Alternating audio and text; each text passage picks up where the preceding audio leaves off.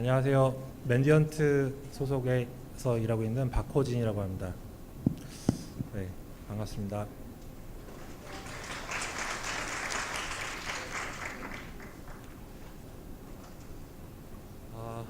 사실 점심 이제 막 드시고 막 졸리실 시간인데 제 목소리가 그렇게 네, 그 잠을 깨워드릴 만큼 경쾌하지는 않을 것 같아서 좀 걱정인데 그 스토리 위주로 좀 따라오시다 보면 그나마 좀 재미를 찾아가실 수 있지 않을까라는 저 혼자만의 기대가 있습니다. 저분 유선 마이크 사용하시는 거예요? 네, 유선. 카메라 어디가 있어요? 일단 본론에 들어가기 앞서서 맨디언트가 어떤 조직인지를 좀 간략하게 소개해드리고 넘어가려고 하는데요. 화면에서 보시는 것처럼 맨디언트는 2004년에 설립되었고 지금까지 15년 동안 사이버 보안 컨설팅 서비스를 해오고 있었습니다. 그리고 맨디언트가 파이어에 인수된 시기는 2014년이고요. 그 이후로 이제 100대 포춘 기업 40% 이상의 신뢰를 얻고 있는 상황이고 40개 이상의 국가에서 한 약 2,000명의 보안 맨디언트 컨설턴트들이 업무를 수행하고 있습니다.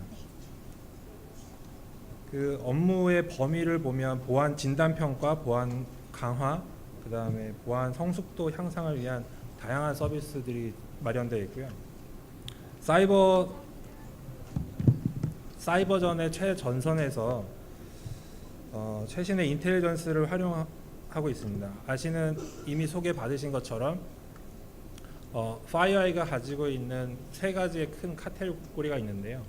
하나는 인텔리전스 부분, 그리고 잘 아시는 시큐리티 어플라이언스 부분, 그리고 컨설팅 부분, 이렇게 세 가지 축을 가지고 있습니다. 그 중에 저는 오늘 맨디언트 부분을 소개시켜 드리려고 하고 있고요. 제가 이렇게 설명드리는 이유는 맨디언트 컨설팅을 수행하면서 파이어아이가 가지고 있는 시큐리티 어플라이언스도 충분히 활용을 하고 있고 물론 인텔리전스도 많이 활용을 하고 있습니다. 네, 그리고 오른쪽에 보시면 그 포레스트 웨이브에서 2018년도에도 사실은 그 익스터널 스레드 인텔 부분에서 상위 부분에 랭크가 됐었는데요. 2019년도에 또 좋은 소식을 받게 돼서 화면에 한번 소개시켜 드려봤습니다.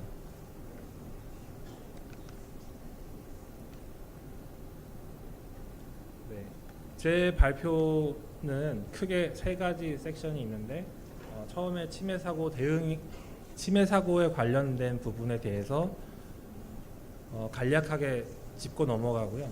두 번째 섹션 부분에서는 시나리오 베이스, 제가 시나리오를 준비한 게 두 가지가 있습니다. 그 시나리오를 가지고 맨디언트 컨설턴트들이 어떻게 업무를 수행하는지, 그리고 제일 마지막에는 간략하게 맨디언트 서비스 포트폴리오를 소개해드리고 마무리 지을까 합니다.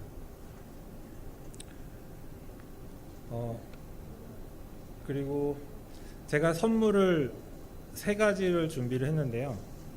뭐 스탬프를 찍으면 받을 수 있는 텀블러랑 뭐 파우치랑 그다음에 뭐 몇 다른 게 있습니다. 그래서 질문하시는 분, 그리고 제가 질문했을 때 답변하시는 분들에게 선착순으로 3개 준비했으니까요.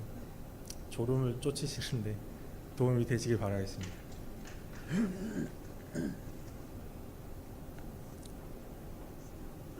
네, 침해 사고 많이들 접하시고 이제는 더 이상 이제 놀라운 이야기가 아닐 정도로 처음 침해 사고가 발생했을 때는 개인 정보가 몇 건이 유출됐는지가 관건이었지만 이제는 더 이상 건수는 큰 이슈가 되지 않는다라는 저희 생각이 있습니다.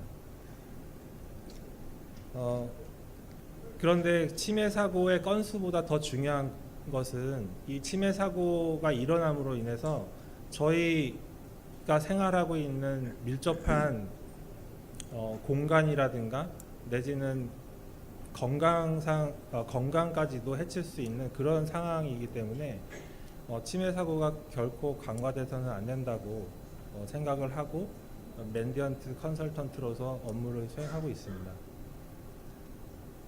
여기 보시는 많은 예들이 최근에 발생한 거지만 특히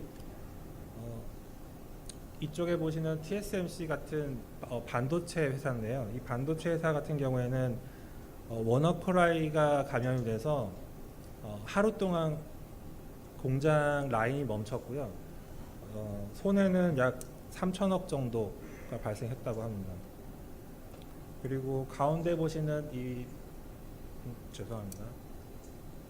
페이팔 같은 경우에는 M&A를 하기 위해서 기업을 하나 인수를 했는데 그 기업의 보안 레벨과 자사의 보안 레벨이 서로 다름에도 불구하고 그런 아무런 고려 없이 인수하려고 하는 회사의 네트워크를 자사에 연결시킴으로 인해서 침해 사고가 발생했던 이제 그런 케이스가 되겠습니다.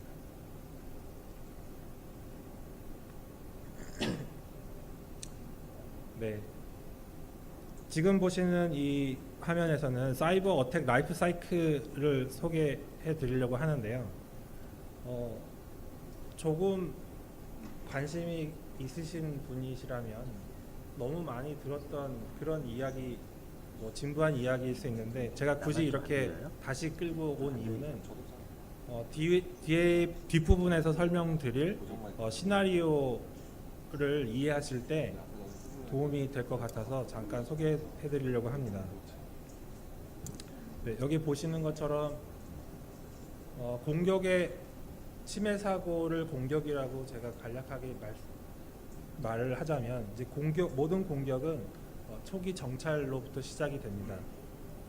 어떤 회사나 어떤 사이트를 목표로 정해놓고 그 회사의 정보를 수집을 하게 되는데 제가 업무를 수행하면서 들었던 가장 효과적인 그 초기 정찰 부분은 링크드인이라고 들었습니다. 그곳에는 회사의 많은 정보들이 이미 공개가 되어 있기 때문에 링크드인을 많이 활용한다고 들었습니다. 그 초기 정찰 단계가 끝나면 초기 침해 부분으로 넘어가는데 이제 내부 인트라넷으로 들어가기 위해서 피싱 이메일을 보내는 수법이 가장 많이 활용이 되고 있고 이미 많은 리포트에서 초기 침해 부분의 약 90%가 이메일이다라고 하는 네, 좀 더 크게 말씀드리겠습니다. 네, 초기 침해 부분에서 피싱 이메일을 많이 사용하고 있습니다. 그 다음 거점 확보 부분은 많이들 아시고 있는 백도어가 이 부분에 해당이 될 것 같고요. 권한 상승 부분은 이미 또 많이 알고 계시는 미미카츠라고 하는 툴을 이용하는 부분이고 내부 정찰이나 내부 이동할 부분에 있어서는 주로 취약점을 이용하는데요. 물론 많이 알려져 있는 시스템 어드민 툴도 활용하기도 합니다. PSEXEC라든가 그런 툴들을 많이 이용하고 있고 최근 동향을 보면 공격자들이 내부에 침입한 이후에 자기가 사용하는 어떤 개발한 툴들을 가지고 와서 사용을 하는 게 아니라 이미 관리자들이 사용하고 있는 그런 툴들을 이용해서 여기서 보시는 권한 상승, 내부 정찰, 그다음 내부 이동, 연결 유지 이 부분에서 많은 활용을 하고 있습니다. 이런 어떤 현상을 가지고 또 off the live 어택이라고 하는 부분 용어를 사용을 하는 그런 용어도 만들어지기도 하는데요. 네, 그만큼 공격의 동향이 조금 변화되고 있다라는 것을 인지하시고 업무에 활용을 하시면 도움이 될 것 같습니다.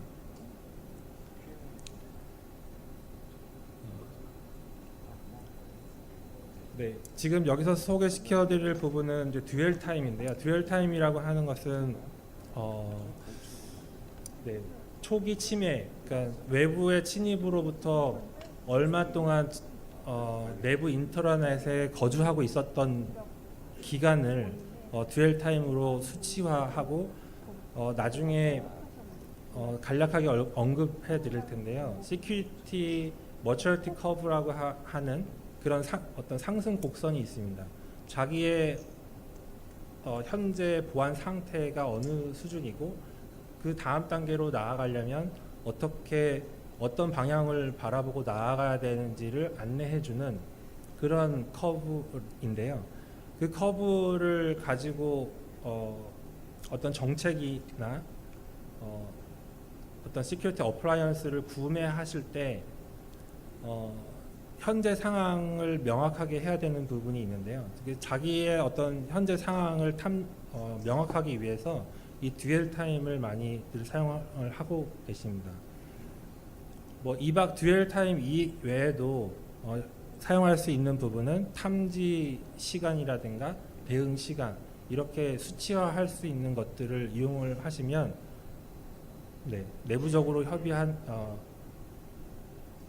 내부적으로 동의를 얻어서 어떤 수치를 가지고 이용을 하시면 앞으로 나아가실 방향을 잡으시는데 많은 도움을 받으실 수 있을 것 같습니다.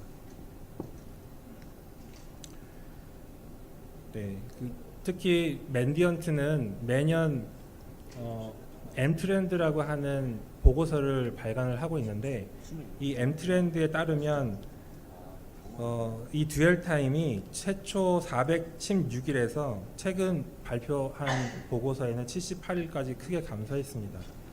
근데 이것도 크게 기뻐할 만한 일이지만 이 값은 글로벌 전체의 값이고요. APEC에서 다뤄지는 듀얼 타임은 지금 현재 204일, 그러니까 2016년도의 전체 듀얼 타임하고 맞먹는 숫자입니다. 그래서 APEC에 있는 우리 한국도 네, 어떤 대응력을 높이는데 더 분발을 해야 되지 않을까라고 생각을 해봤습니다. 네, 다음 간략히 소개시켜드릴 부분은 맨디언트 IR 프로세스입니다. IR이라고 하면 침해 사고 대응 절차인데요. 이런 절차도 사실 크게 특이한 점은 없습니다. 기존의 키사와 같은 정부 기관에서 발표한 IR 프로세스도 이와 흡사하고요. 그다음에 외국 니스트와 같은 표준 기관에서 발표한 프로세스도 이와 유사합니다.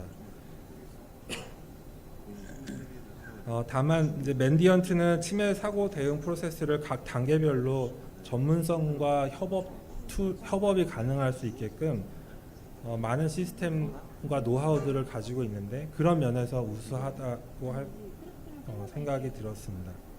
한 예로 맨디언트는 앞서 소개시켜드린 것처럼 전 세계에 흩어져 있는 맨디언트 컨설턴트들이 업무를 수행하고 있는데 그 업무 수행하는 과정에서 발견된 어떤 침해 지표들, 저희가 말하는 IOC들이 이런 과정에 충분히 활용되고 있기 때문에 네, 이런 프로세스도 중요하지만 그 프로세스를 자동화하고 협업하고 할 수 있는 그런 어떤 프레임을 갖추고 있다라고 말씀드리고 넘어가도록 하겠습니다. 네. 앞서 말씀드렸던 것처럼 침해 사고 시나리오를 좀 살펴볼 텐데요. 크게 두 가지입니다. 첫 번째 케이스는 어떤 단서를 가지고 침해 사고 대응을 시작하는 그런 케이스가 되겠고요. 두 번째 시나리오는 단서가 많이 부족한 상황, 예를 들면 해커나 아니면 외부의 어떤 기관이나 윤리적인 해커에 의해서 어떤 침해 사실을 인지했을 때 시작하는 케이스, 이렇게 두 가지로 살펴보고자 합니다. 네. 네. 이거는 뭐 그렇습니다. 제가 고객사를 밝히지 않았다라는 내용입니다. 시나리오 첫 번째입니다. 어떤 한 기관에서 스레트 헌팅을 지속적으로 해오고 있었는데 공격자로 유추되는 계정이 바이러스 토탈에 자사의 정보가 포함된 미미캐치 덤프 파일을 업로드했습니다. 미미캐치 덤프 파일이라고 하면 이 화면 캡처에서 보시는 것처럼 일반 텍스트로 되어 있고요. 많은 정보들이 들어가 있습니다.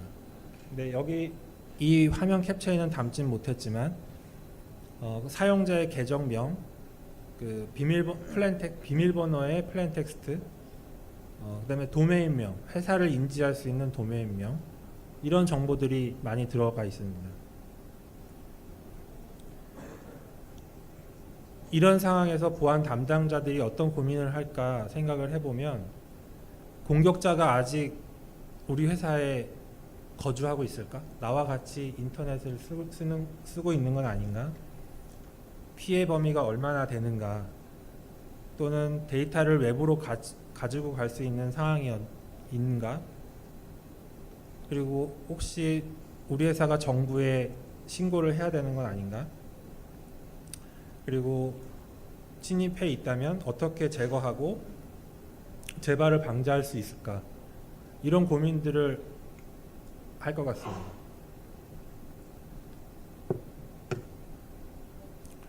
여기서 한 가지 더 말씀드리고 싶은 점은 이게 지금 실제 사례인데 실제 사례에서 해당 케이스를 발견하고 뭔가 추가적인 정보를 획득하기 위해서 바이러스 토탈에 보면 바이러스 토탈에 파일을 업로드한 사람의 아이디를 공개를 하고 있는데요. 그 아이디를 기반으로 이 사용자가 어떤 파일들을 더 올렸는지 추가 검색을 해보았습니다. 이제 그 상황에서 많은 다양한 백신들이 심지어는 많은 백신들이 탐지하지 못하는 악성 코드들도 올라가 있는 상황이어서 이 회사는 어렵지 않게 많은 시간을 들이지 고민하지 않고 매니지먼트 컨설팅 서비스를 요청을 해왔습니다. 지금 보시는 이 화면에서는 많은 호스트 베이스의 인디케이터들을 보실 수 있는데요. 이게 어느 한 시스템에서 이 모든 게 다 나온 게 아니라 해당 회사에 존재하는 모든 인디케이터들을 종합해 본 것입니다. 이 부분을 간략히 조금 더 자세히 보고 싶은데요. 왼쪽에 있는 부분이 IOC로 탐지된 부분입니다. 근데 이 IOC라고 하는 것이 크게 세 종류가 있는데 이 제일 위에 있는 첫 부분, 이 부분은 사실 저희가 갖고 있지 않았던 인디케이터입니다. 그렇지만 앞서 말씀드렸던 어떤 증거가 있기 때문에 그 증거를 기반으로 IOC를 만들었고요. 이 IOC를 대상으로 기업 전반적인 시스템을 대상으로 저희가 이야기하는 스위핑이라고 하는 작업을, 그러니까 검사하는 작업을 수행을 했습니다. 그래서 이 IOC와 매칭되는 시스템을 발견할 수 있었고 그 이야기는 피해 범위를 정확하게 판단을 할 수 있었다라는 것입니다. 두 번째로 IOC가 시그니처 베이스의 IOC가 있습니다. 이것은 저희가 일반적으로 많이 가지고 있는 파일의 해시값, 주로 사용하는 게 MD5가 있을 수 있고요. 그다음에 파일의 특정 이름, 특정 경로들이 시그니처에 해당됩니다. 그 메소드 부분은 우리가 정형화 어떻게 어떤 특정한 값을 1대1 매칭되는 어떤 값을 가지고 있지는 않지만 어떤 형태를 정형화된 나름 정형화할 수 있는 그런 부분들입니다. 예를 들면 이 파일은 실제로 공격자가 내부의 정보를 압축해서 가져가려고 압축해 놓은 파일입니다. 그러면 파일의 매직 코드를 보면 뭐 P나 어떤 텍스트가 아니라 zip 파일인 것을 쉽게 알 수는 있지만 파일명만 봐서는 저희가 쉽게 판단할 수 없습니다. 이러한 것들을 메소드로로지라고 부르고 그걸 기반으로 IOC를 만들게 됩니다. 그래서 탐지할 수 있는 것들이 이렇게 있었습니다. 밑에 있는 두 가지는 일반 정상적인 시스템에서 발견할 수 있는 그런 합법적인 파일인데 위치가 다른 경우 이어서 탐지가 되었습니다. 네. 그리고 타임라인 분석으로 넘어가면 실제 메모리 덤프 파일을 보기 전에 그 이벤트 로그를 먼저 살펴봤는데요. 그러니까 레터럴 무브먼트 단계에 어떤 흔적들이 있는지를 찾아보기 위해서 이벤트 로그 중에 4624 로그인 성공 메시지를 가지고 있는 이벤트를 살펴봤습니다. 물론 여기서 많은 정보를 얻었지만 여기서 말씀드리고 싶은 것은 이 이벤트 바로 전에 메모리 덤프라는 파일이 생성된 것을 인지를 하고 실제 윈디비지라고 하는 덤프 파일 분석 도구로 열어보았더니 이런 내용이 있었습니다. 이 내용을 보시면 예전부터 유행하는 이터널 블루라고 하는 SMB 취약점을 이용해서 내부 전파를 시동하는 그런 공격의 흔적을 발견할 수 있었습니다. 이것을 통해서 이 침해 사고의 이니셜 벡터를 확인을 할 수 있었습니다. 네, 이 밑에 있는 부분은 우리가 일반적으로 알고 있는 SVC 호스트 이후에 S라고 하는 문자가 더 들어간 부분이고, 네, 뒷부분에서도 간략하게 언급해 드릴 예정이지만 스태킹 어나리시스를 수행했을 때 발견할 수 있었던 파일들입니다.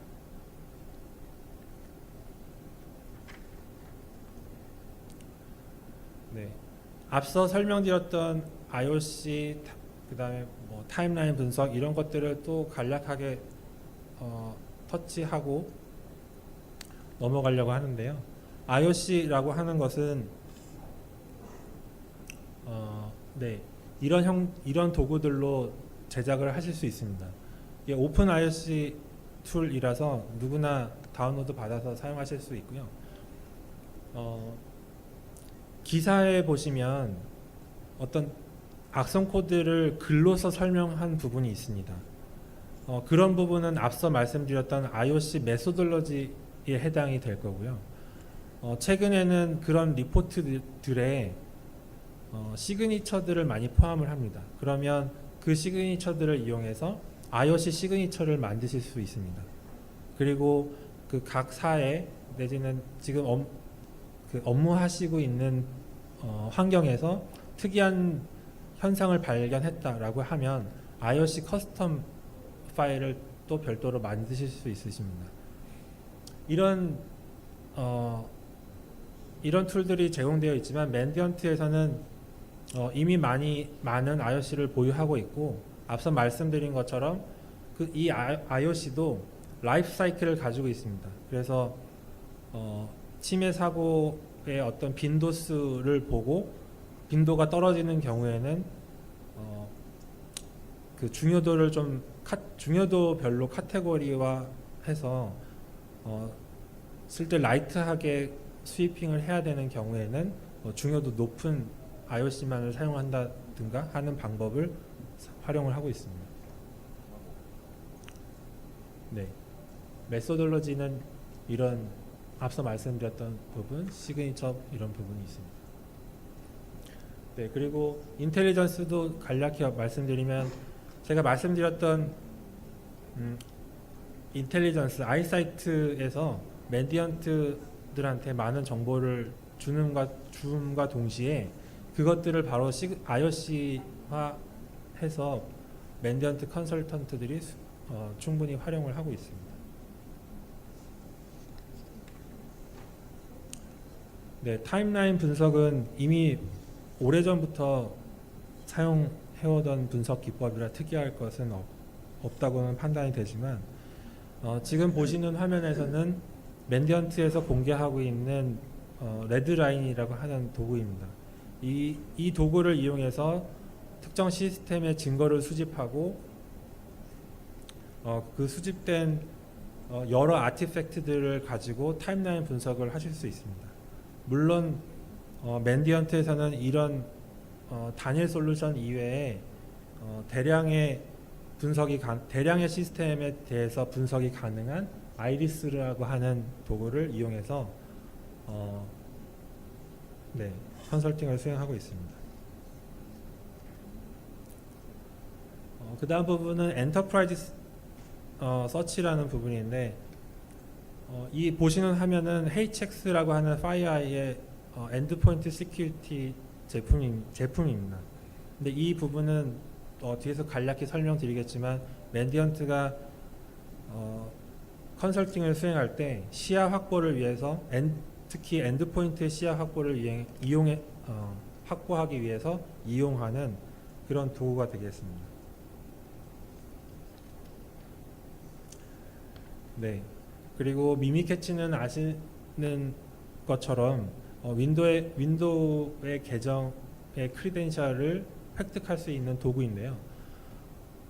여기서 소개시켜드리고 싶은 부분은 실제 윈도우 8.1 그리고 윈도우 서버 2012 R2 이후로는 비밀번호가 평문의 비밀번호가 메모리에 캐싱되지 않도록 하는 W 다이제스트라고 하는 게 비활성화되어 있습니다. 그렇지만 공격자들은 이 툴을 대체할 만한 것을 찾지 못했기 때문에 이 툴을 계속 사용을 하고 있고 이 툴을 사용하기 위해서는 저 키 값을 변조를 해야 됩니다. 기본적으로는 저 키 값이 존재를 하지는 않고요. add하는 방식으로 설정을 enable 하게 됩니다. 그러면 이 사실은 뭐냐면 맨디언트 컨설턴트들은 컨설팅을 수행할 때 저 값이 있는지 보게 되고 만약에 존재한다라고 하면 침해 사고 대응의 이니셜 벡터를 사용해서 해당 시스템의 증거 자료를 수집하는 것을 시작하게 됩니다. 그 다음 소개시켜드릴 부분은 스티키 키인데요. 아까 보셨던 화면에서 잠깐 보여주셨겠지만 제가 별도로 언급은 드리지 않았습니다. 이 스티키 키는 장애우들을 위해서 MS가 제공하고 있는 일종의 숨겨진 기능인데요. Shift 키를 연속으로 5번 눌렀을 때 실행하는 프로그램입니다. 이 사실을 알고 공격자들은 이 스티키 키 프로그램을 자신이 원하는 프로그램으로 대체를 하게 됩니다. 가장 흔한 방법이 cmd.exe, 그러니까 윈도우 쉘을 확보할 수 있는 파일로 대체를 하게 되고 더 특이한 점은 윈도우 로그인 화면에서 로그인하지 않은 로그인 화면에서 Shift 키를 5번 눌렀을 때 권한 상승된 CMD 창이 실행되게 됩니다. 이것을 이용해서 많은 것을 할 수 있겠죠. 여기서 사실 질문이 하나 있는데요. 분위기를 보면 사실 손 드실 분이 많이 없을 것 같긴 하지만 그래도 한번 시도를 해보겠습니다. 자, 이런 상황에서 만약에 자기가 업무하고 있는 환경에서 이 스티키 키가 변조된 사실을 확인했다 라고 했을 때 그 침해 사고 대응 관점에서 다음으로 어떤 일을 하실지 혹시 머릿속에 그려지시는 분이 있으신가요? 대답은 안 하셔도 되고요. 손만 드시면 그려진다라고 손만 드시면 제가 선물 드리겠습니다. 손 드신 것 같은데 제가 이따 하나 챙겨드리겠습니다. 네. 사실 이 스티키 키를 사용하는 해킹 그룹이 몇 가지가 있습니다. 몇 개가 있습니다. 제가 조사한 바에 의하면 APT 3번, 29번, 33번이 해당이 되는데요. 저희 같은 경우는 이미 그렇게 그룹핑 되어 있기 때문에 그 그룹들이 사용하고 있는 시그니처, 저희가 TTP라고 얘기하는 어떤 행동이라든가 도구들을 이미 알고 있습니다. 그래서 그걸 가지고 앞서 말씀드렸던 IOC를 만들어 놨는데요. 그 IOC를 대상으로 제가 담당하고 있는 서버나 뭐 호스트들을 대상으로 검사를 해볼 것 같습니다. 그러면 실제로 이 공격자가 얼마나 우리 회사 내부에 존재하고 있는지 피해 범위를 확인할 수 있게 됨으로써 이 사건의 어떤 심각성을 가지고 뭐 C 레벨 분들과 커뮤니케이션을 시작하실 수 있지 않을까라고 생각을 합니다. 네, 두 번째 시나리오는 이렇습니다. 관리자가 이메일을 받았는데요. 일주일 안으로 한국 돈으로 약 3,500만 원의 비트코인을 송금하지 않으면 너희 회사에 이미 설치되어 있는 랜섬웨어를 실행하겠다고 협박하는 메일입니다. 그래서 공격자는 자신의 어떤 능력을 과시 내지는 증명하기 위해서 해당 서버의 심 서버를 다운시켰습니다. 오른쪽에 보시는 이 화면이 실제 메시지인데요. 여기 링크는 카운트다운을 알리는 페이지고요. 여기 비트코인 주소입니다. 그러면 보안 관리자들은 이런 경우에 어떤 고민을 할까 한번 다시 생각해 보면, 돈을 줘야 되나? 돈 주고 나서 또 협박하면 어떡하지? 네, 뭐 이런 비슷한 생각을 하지 않을까 생각을 해보았습니다. 네, 그 첫 번째 단계로 앞서 말씀드렸던 시야 확보가 가장 중요한데요. 뭐 이미 사용하시고 계시던 어떤 시야 확보 툴을 이용하셔도 좋고요. 만약 그런 게 없으시다면 맨디언트 컨설턴트들이 사용하고 있는 도구들을 사용하시면 됩니다. 이 도구들은 실제 파이어아이에서 판매하고 있는 HX 내지는 NX가 주로 사용되게 됩니다. 네, 분석 기술은 앞서 보셨던 분석 기능들도 충분히 활용도 되지만 통계 기반의 분석 내지는 빅데이터의 로그 분석들도 같이 수행되게 됩니다.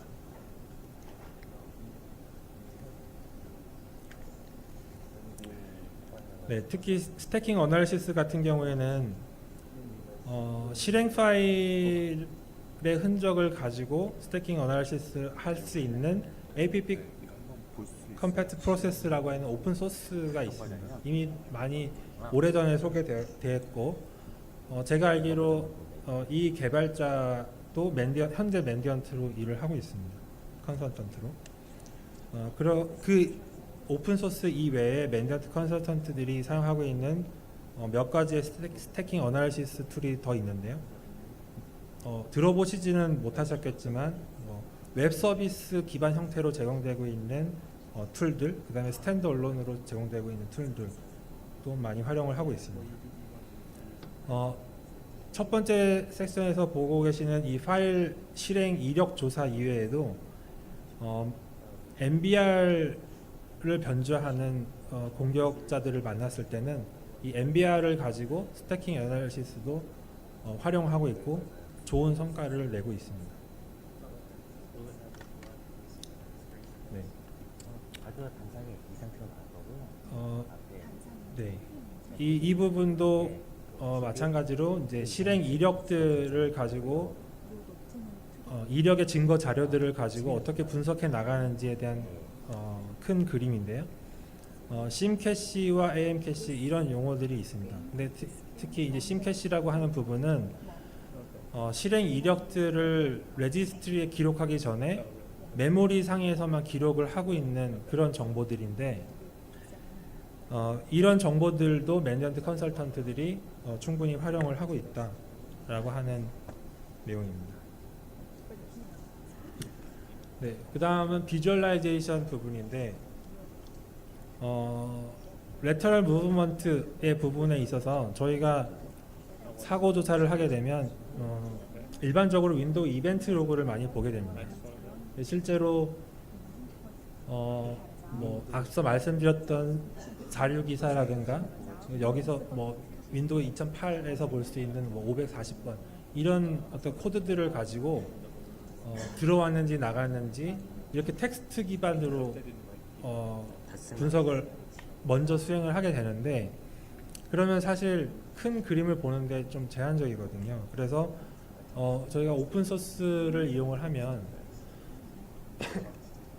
이렇게 비주얼라이제이션 해서 뭔가 아웃 오브 데이터를 찾아내는데 도움을 많이 받으실 수 있습니다.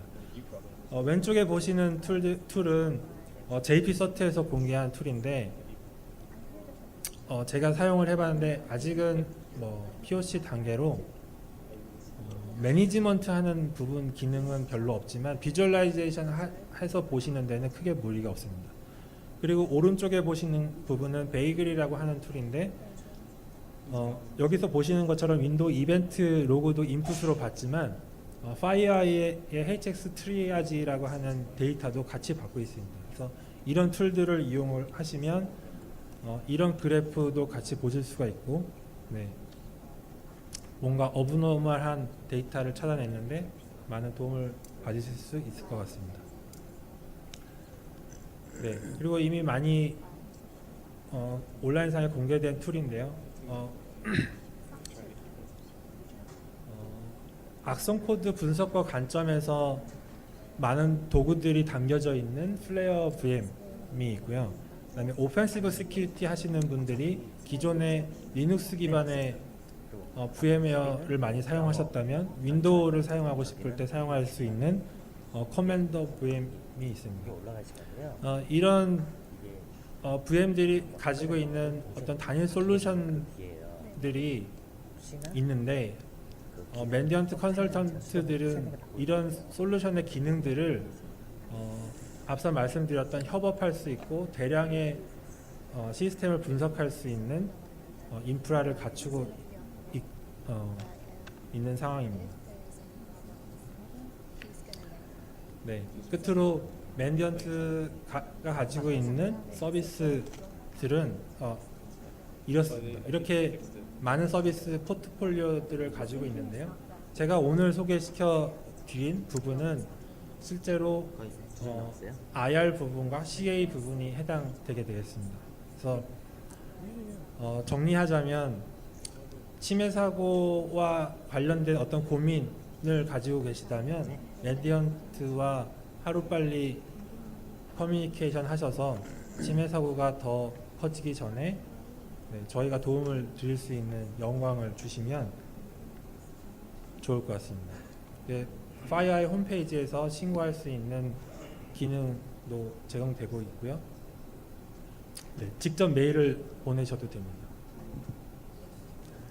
네, 이상으로 저한테 주어진 40분 기간 동안 제가 준비한 자료는 다 발표를 해드린 것 같습니다. 혹시 질문 있으신가요?